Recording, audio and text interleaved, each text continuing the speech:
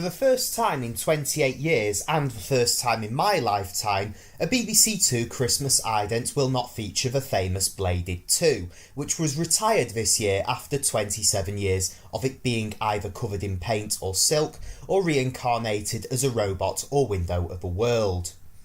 This year saw the introduction of the curve idents, which were a good way to replace such a strong symbol and great set of idents, and at the time of their release I made a video stating why I liked these idents and why this change was actually necessary.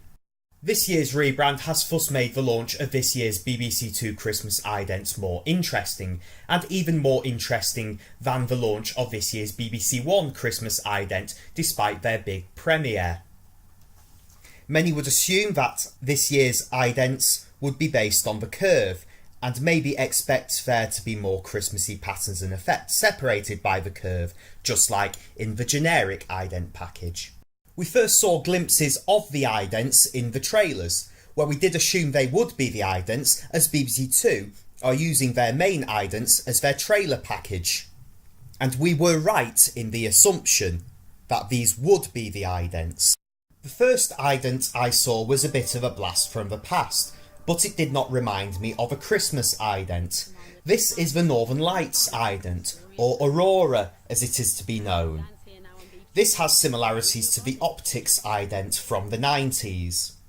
I actually think that this ident should be used all year round, or maybe even just during Greenwich Mean Time, in a similar fashion to what BBC One did with the penguins at the ice rink in the noughties. However, all we want for Christmas is spectacular idents, and this is what we have with this one.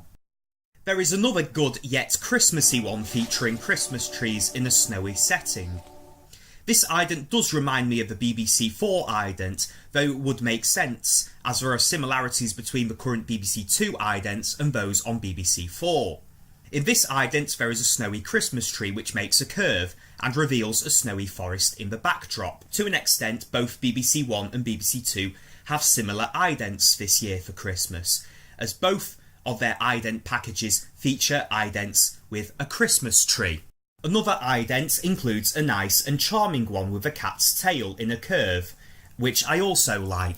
I assume that these idents will return again next Christmas and will probably be used until the curve package is dropped altogether. However, I see a positive side to this, as at least we can see good idents at Christmas, whereas sometimes you can go from great one year to terrible the next.